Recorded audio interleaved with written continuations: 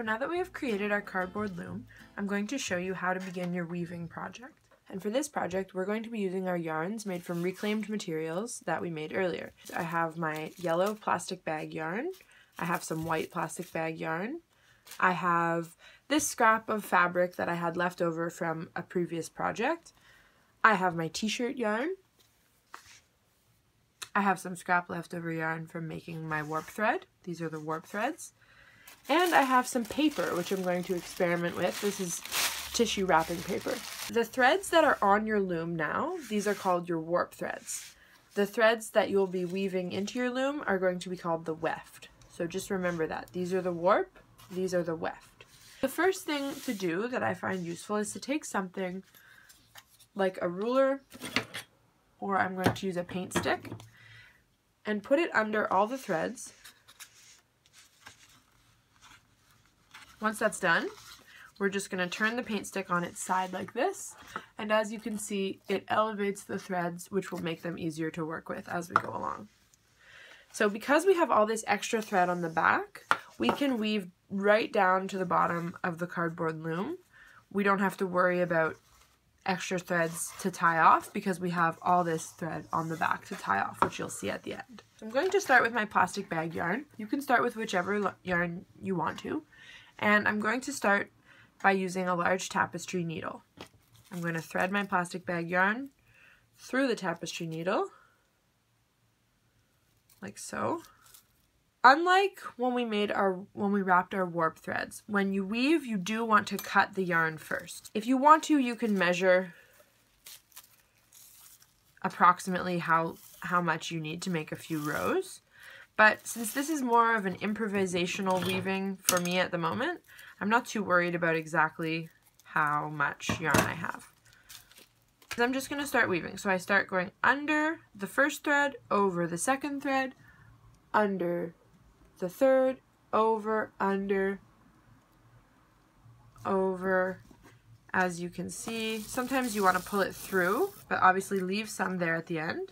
So pull it through and then you can continue. So that was under, so I go over this one, under, over, over, and I make my way to the end. And I pull it through. So whenever you're starting a new color or a new thread, you always want to leave some sticking out at the end, and later we'll weave those ends into our weaving so that they don't stick out. Or you can leave them sticking out as an artistic choice if you want to. So now I've gone through one time. I'm going to take a plastic fork. You could use a fork or a comb or anything like that, and just use it to push my weft thread down as far as it can go, and that will keep my weaving tight together with no gaps in it. And now I'm going to go back the other way. The very important thing when you start to go back the other way is to look at how you came out. So am I over or under this last thread? Well, I'm over it. So now I have to go under it to start the next row.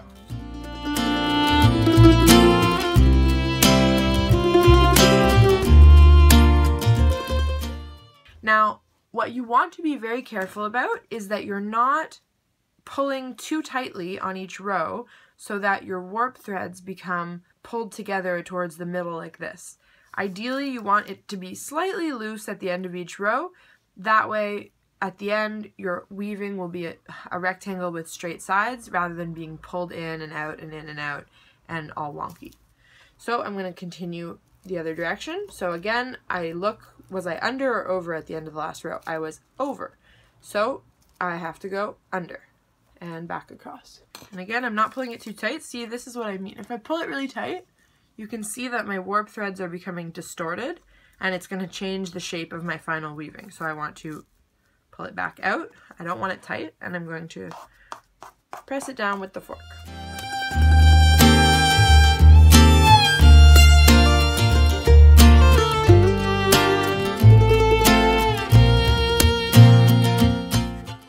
So I was able to get my t-shirt yarn through the tapestry needle. If you can't get it through, you can weave by hand, but it just takes a little bit more time. So I cut that off of my ball of yarn, and I'm going to join back right in where I left off with the yellow. So here, the yellow went under, So I need to go over the next one, but I'm gonna start by going under the same one as the yellow one, just to make the joining a little bit easier. And my t-shirt yarn, because it's made of a t-shirt, there is a pattern on one side. You can, you know, play with it with your hands and try to get the pattern showing if you want. So I kind of like how that looks with the pattern kind of sticking out there.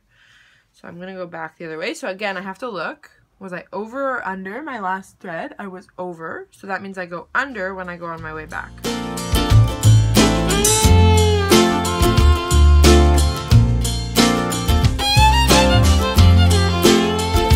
now I'm going to take the t-shirt yarn off the needle, and this time I'm leaving the dangling end on the back of my weaving, so it's gonna get covered up, but I will still have to weave it in at the end. So I was going this direction with the pink t-shirt yarn, so I'm going to continue going this direction. So I'm going to start right where I left off with the t-shirt yarn and go right back in, over, under, over, under.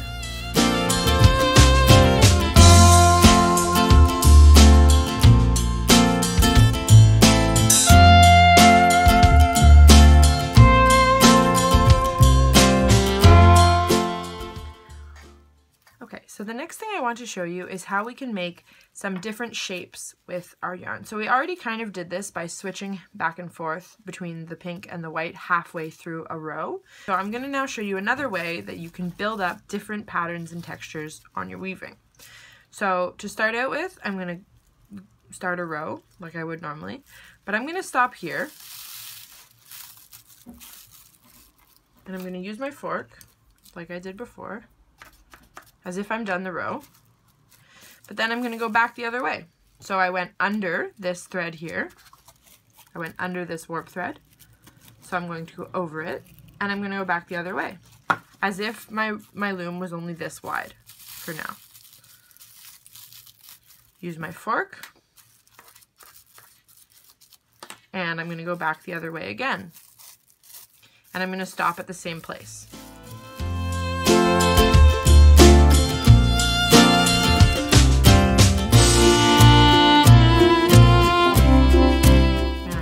Really careful that I'm not pulling my warp threads too close together. They want to stay even.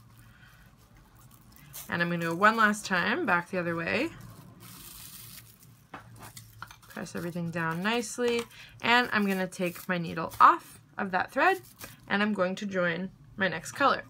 But my next color, rather than starting here, I will start over here and I will fill in this space. I'm now going to experiment at the same time with some paper. So I'm going to start by going underneath and coming out right here. That way my loose thread will be on the back, and so I won't have to worry about it flopping in front, and I'll still be able to see what I'm doing. So I go over, under, over, under, over. And I pull this through, and I'm going to leave a chunk of the paper sticking out so that it doesn't come unraveled. I use my fork to push it down, and I continue back the other direction. So since I was over this one, I'm going to go under it now. Hopefully you can see that. And I weave back the other way. I pull the paper through.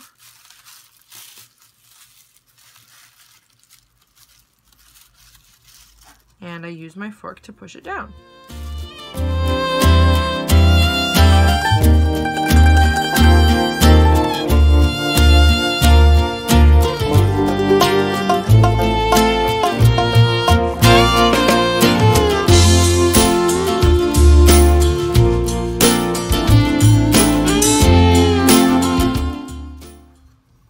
So if you have something that doesn't fit into your needle, you can weave by hand.